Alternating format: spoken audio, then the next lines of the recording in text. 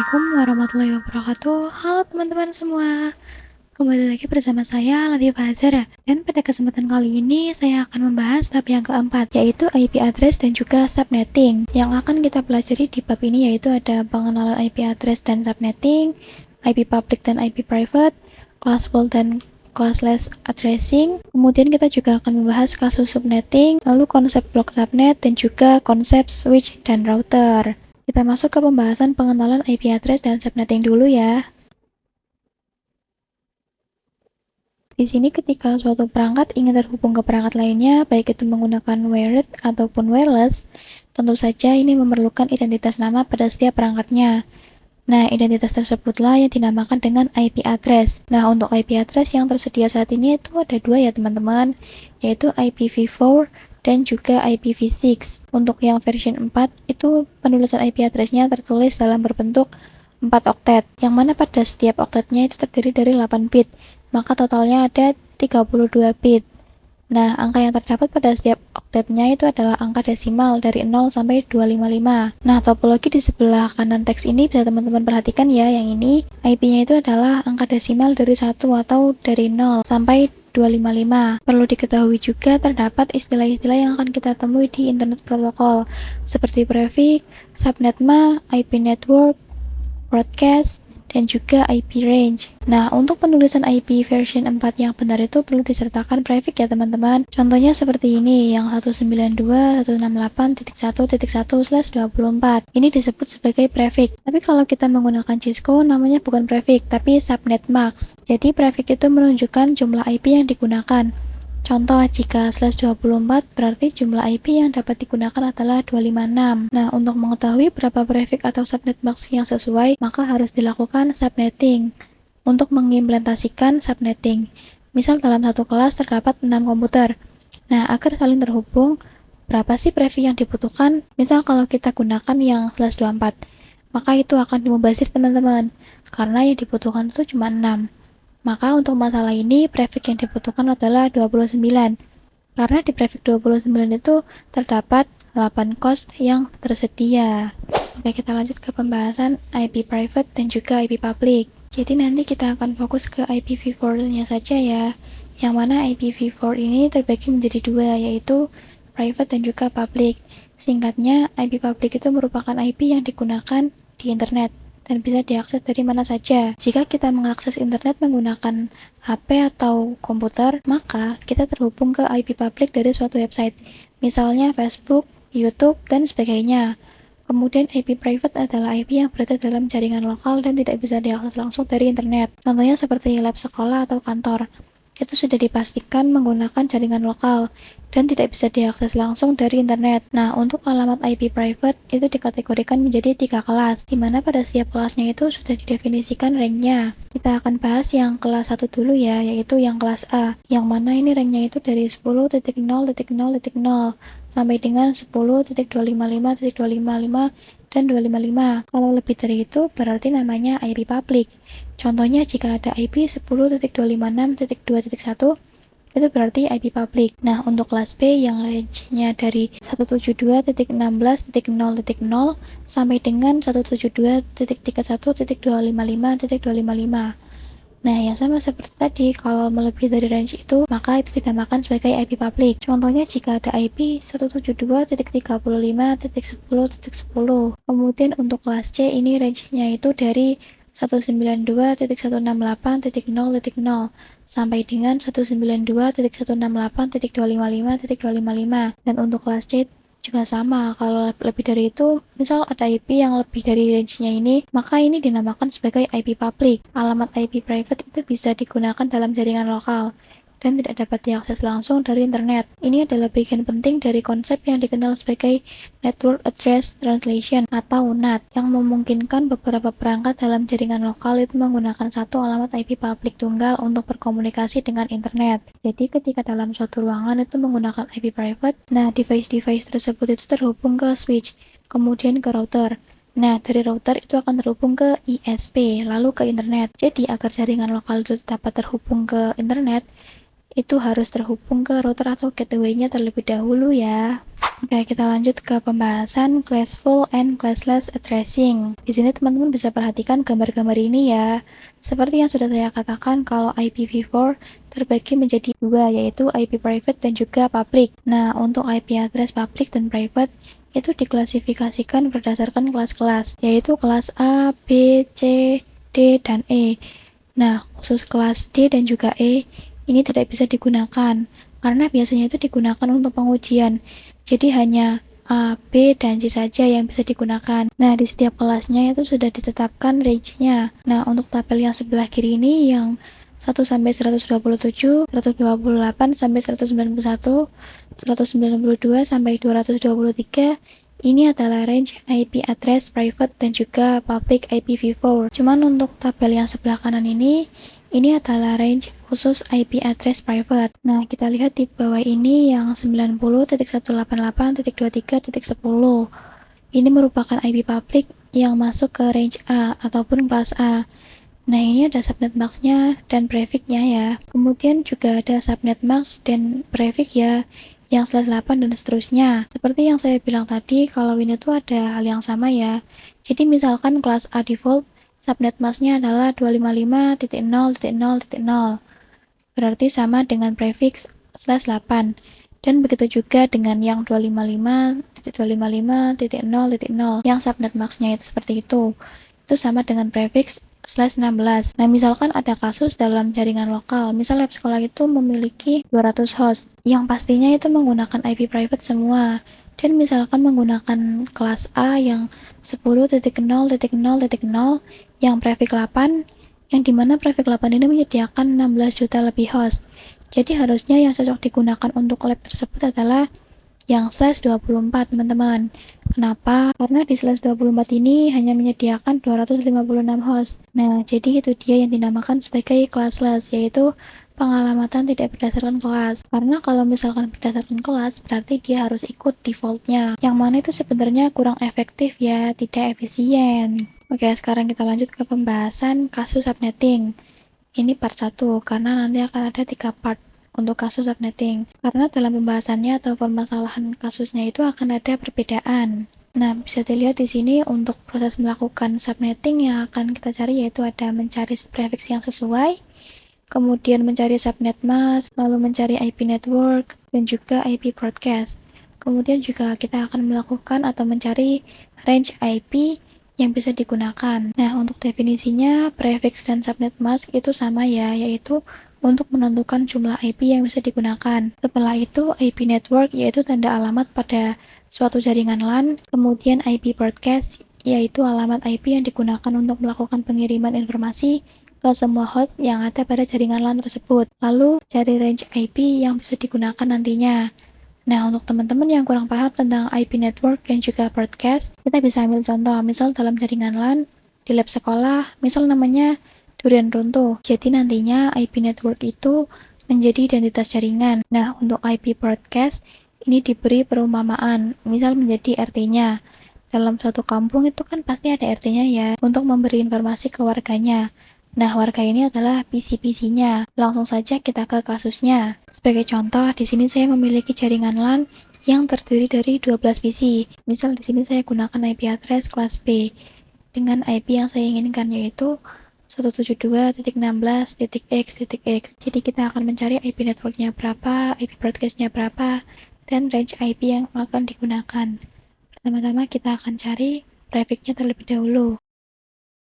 Jadi kita bisa tahu berapa jumlah IP yang digunakan dengan mencari dua pangkat berapa yang hasilnya itu melebihi 12, tapi tidak terlalu jauh. Nah, yang melebihi 12 adalah 2 pangkat 4, yang hasilnya adalah 16. Nah, 4 yang pangkatannya 2 pangkat 4, 4-nya ini akan kita gunakan sebagai pengurangan prefixnya ini. Jadi rumus prefix itu adalah, ini adalah jumlah bit dari IPv4-nya ya. Kemudian angka pangkatan 2 yang tadi yaitu dikurangi 4.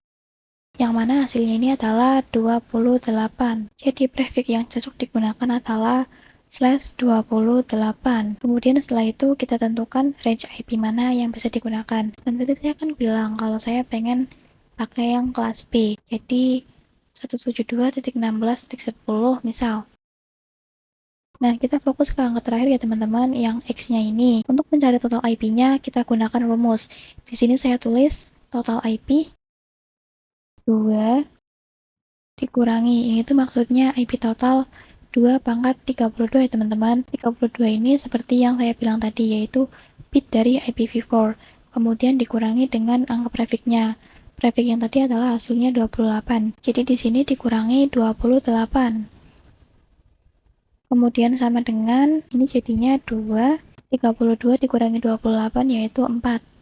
Jadinya 2 pangkat 4, yang mana berarti ini tuh hasilnya adalah 16. Karena 2 pangkat 4 itu kan sama dengan 16 ya. Nah, jadi 16 ini adalah total IP-nya. Selanjutnya kita cari subnet mask-nya. Untuk subnet mask, saya singkat menjadi SM saja ya. Oke, jadi rumusnya adalah 256. 256 ini adalah jumlah IP address-nya ya. Kemudian dikurangi dari hasil total IP-nya. Nah, di sini total IP-nya adalah 16. Berarti kita tulis dikurangi 16. Yang mana ini tuh hasilnya adalah 240. Nah, dari sini bisa kita simpulkan subnet mask yang kita hasilkan itu adalah 255.255.255.240. Nah, kita fokus ke oktet yang terakhirnya saja, yang 240, karena itu kan melakukan proses subnet mask-nya pada kelas C, yaitu dari prefix /24 sampai /32. Dan selanjutnya kita cari IP network dan IP broadcast-nya. IP network itu IP paling depan, sedangkan IP broadcast itu IP paling belakangnya. Ini saya ketikkan IP network, kemudian saya singkat menjadi IPN ya. IP network sama dengan 0. Nah, kenapa 0? Jadi di sini kita mulai IP networknya untuk blok subnet pertamanya itu dari 0. Kalau untuk blok subnet yang kedua itu bisa ditambahkan dengan total IP.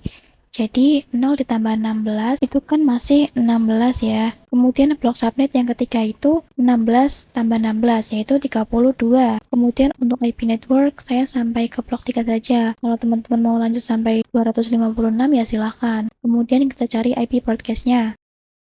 Untuk IP broadcast itu caranya adalah kita kurangi 1 yang ada di broadcast selanjutnya. Berarti di sini 16 dikurangi 1 hasilnya 15. Kemudian selanjutnya adalah 32 dikurangi 1 hasilnya adalah 31. Dan begitu juga seterusnya. Jadi bisa kita simpulkan dari sini ya, range IP yang bisa digunakan pada blok yang pertama adalah 172.16.10.0 sampai dengan 172.16.10.15. Untuk pengertian atau konsep blok nanti akan saya jelaskan di materi selanjutnya. Oh ya, perlu teman-teman ketahui bahwa IP network dan juga IP broadcast itu tidak bisa digunakan ya teman-teman. Jadi IP yang bisa digunakan itu ya dari 172.16.10.1 sampai dengan 172.16.10.14.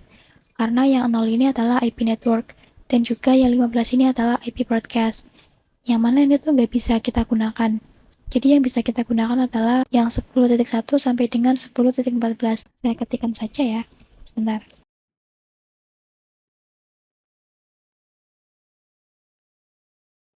Oke, kita lanjut ke kasus subnetting part yang kedua. Kali ini kita akan ambil contoh kasus yang terdapat 60 host. Untuk langkah pertama ini caranya sama seperti yang kasus sebelumnya, yaitu kita cari dua pangkat berapa yang melebihi 60, tapi tidak terlalu jauh. Adapun dalam hal ini adalah 2 pangkat 6, yang mana itu hasilnya adalah 64.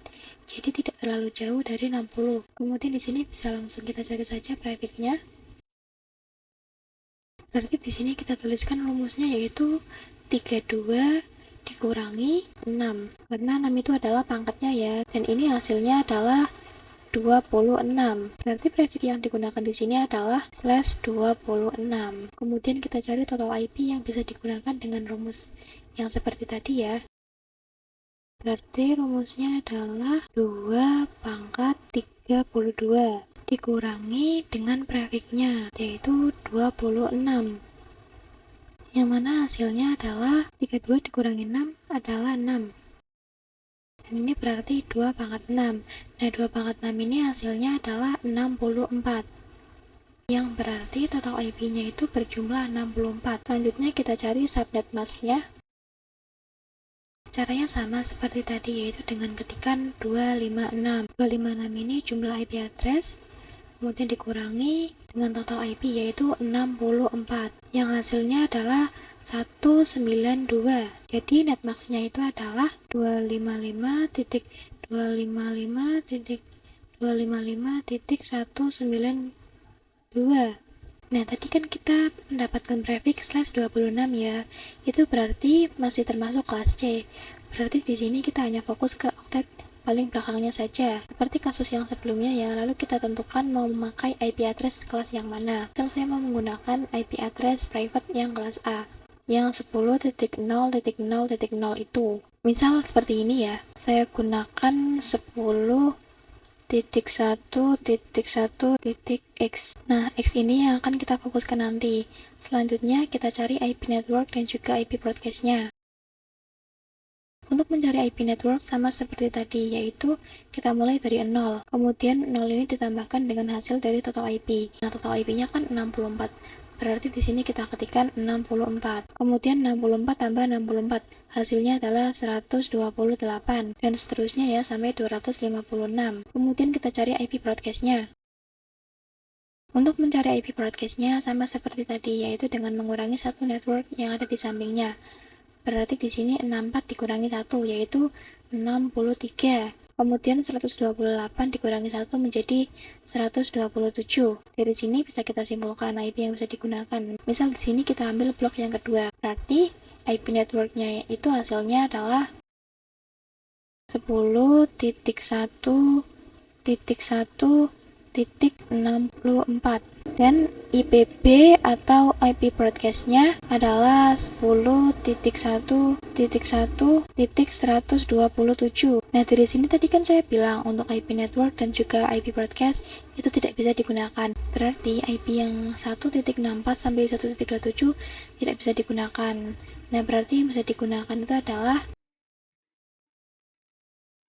yaitu dari 10.1.1.65 sampai dengan 10.1.1.126. Seperti itu ya. Nah, sekarang kita lanjut ke kasus subnetting part yang ketiga. Kita akan ambil contoh kasus dengan jumlah hostnya 100 host. Berarti sama seperti kasus yang pertama dan kedua. Kita cari dulu prefix-nya. Nah, sebelum mencari prefix, kita itu kan harus mencari dua pangkat yang hasilnya lebih dari 100 tapi tidak jauh. Nah, yang tidak jauh itu adalah 2/7, yang hasilnya adalah 128. Nah, berbekal dari 2/7, ini berarti bisa kita cari prefixnya, yaitu 32 dikurangi pangkatnya yaitu 7, yang hasilnya adalah 25.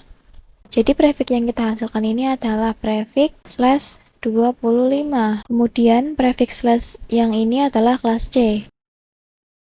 Kemudian kita cari total IP-nya. Seperti yang saya bilang sebelumnya ya, berarti di sini 2 pangkat 32 dikurangi hasil prefixnya yaitu 25, yang hasilnya ini adalah 2, berarti 32 dikurangi 25, 7, berarti 2/7. Nah, hasil dari 2/7 ini adalah 128. Jadi total IP yang kita hasilkan adalah 128. Kemudian kita cari subnet mask-nya. Untuk mencari subnet mask, rumusnya adalah 256 dikurangi dengan total IP yaitu 128. Sama dengan dan hasilnya adalah 128. Berarti subnet mask-nya adalah 255.255.255.128. Nah, kali ini saya ingin menggunakan kelas C, yaitu di sini saya ingin gunakan yang seperti ini. 192.168.1.x. Seperti biasa, kita fokus ke oktet yang paling belakangnya, karena ini kan kelas C ya. Selanjutnya, kita tentukan IP network dan juga IP broadcast-nya. Kalau teman-teman ingat, buat cari IP network-nya itu kan diawali dengan 0. Kemudian ditambah dengan total IP yaitu 128. Kemudian 128 ditambah 128. Hasilnya adalah 256. Kemudian kita cari IP broadcast-nya. IP broadcast-nya berarti 128 dikurangi 1. Hasilnya adalah 127. Kemudian 256 dikurangi 1 yaitu 255. Nah, dari sini teman-teman ingat bahwa berarti misal kalau saya pakai blok yang pertama yaitu 0 sampai 127, berarti ini IP networknya adalah 192.168.1.0 dan juga IP broadcast-nya adalah 192.168.1.127 ya. Yang mana IP network dan juga IP broadcast tidak bisa digunakan ya. Berarti IP yang bisa digunakan yaitu dari 192.168.1.1 sampai dengan 192.168.1.126. Oke, seperti itu ya teman-teman, untuk pembahasan kasus subnetting ini sudah selesai. Kita lanjut ke materi selanjutnya. Oke, kita lanjut ke pembahasan yang selanjutnya yaitu konsep blok subnet. Sebelumnya untuk blok subnet itu sudah saya singgung ya, bahwasanya blok subnet itu seperti ruangan atau lantai. Kita perhatikan ke IP network dan juga IP broadcast yang sudah saya tuliskan di sini. Jadi ini di sini yang 031 ini adalah blok subnet 1. Kemudian 32 dan 63 ini adalah blok subnet kedua. Lalu yang 64 dan 95 ini adalah blok subnet yang ketiga dan juga seterusnya. Nah, blok-blok ini kita ibaratkan sebuah gedung. Jadi yang blok 1 ini untuk gedung lantai 1, kemudian blok yang kedua untuk lantai yang kedua, dan blok yang ketiga ini untuk lantai yang ketiga. Perlu teman-teman ketahui kalau setiap blok itu tidak bisa saling berkomunikasi. Tapi kalau dalam satu blok itu device-device-nya masih bisa saling berkomunikasi. Itu secara defaultnya. Tapi bisa saja kita membuat agar setiap blok itu bisa saling berkomunikasi, yaitu misal dengan konfigurasi IP ataupun dengan konfigurasi routing. Oke, kita lanjut ke pembahasan IPv4 delivery type. Jadi di sini kita akan mempelajari tipe dan pendeliverian IPv4. Pendeliverian pada IPv4 itu terbagi menjadi 3, yaitu ada unicast, multicast, dan juga broadcast. Untuk yang unicast ini merupakan proses pengiriman data yang diterima oleh satu host saja. Nah, contoh dari unicast itu seperti komunikasi yang dilakukan oleh IP address, baik itu IP address kelas A, B, atau C. Jadi cara kerja IP kelas A, B, C ini adalah dengan cara unicast. Lalu untuk multicast itu adalah pengiriman data oleh satu host ke beberapa destinasi yang sudah dikelompokkan tujuannya dalam satu grup. Jadi multicast ini berbasis grup ya. Nah, contoh dari multicast yaitu IP kelas D. Kemudian untuk broadcast yang merupakan proses mengirim data yang diterima oleh semua host pada jaringan atau dalam satu blok yang sama. Jadi tidak ke blok yang lainnya. Ini cuma satu blok saja. Nah, untuk contohnya yaitu cara kerja ARP. Yang mana itu melakukan pengiriman ARP yang dilakukan oleh switch. Oke, kita lanjut ke pembahasan yang terakhir yaitu konsep switch dan juga router. Oke, jadi switch dan router ini merupakan salah dua dari networking device. Bisa kita lihat definisi dari switch itu adalah mengkoneksikan perangkat yang satu network, lalu untuk router ini digunakan untuk mengkoneksikan perangkat yang berbeda network. Nah, untuk mengkoneksikan dua PC itu kan hanya perlu kabelnya ya, atau perangkat wireless yang lainnya. Nah, berarti jika terdapat lebih dari dua komputer atau PC atau device-device yang lainnya, berarti ini harus menggunakan yang namanya switch ya teman-teman. FYI, untuk jumlah port switch itu beragam. Ada yang 24, 48, dan lain-lain. Nah, dari switch ke PC, ini menggunakan kabel UTP. Dengan catatan dalam jaringan ini, itu memiliki satu blok IP yang sama. Kemudian jika terdapat dua jaringan yang memiliki IP dengan blok yang berbeda, jika ini saling berkomunikasi, maka harus menggunakan device router. Oke, sekian pembahasan saya pada bab yang keempat ini. Mohon maaf apabila saat memberikan penjelasan di video saya ini ada salah kata atau ada kalimat yang kurang jelas. Jikalau ada kalimat yang kurang jelas, teman-teman bisa tanyakan di kolom komentar. Wassalamualaikum warahmatullahi wabarakatuh.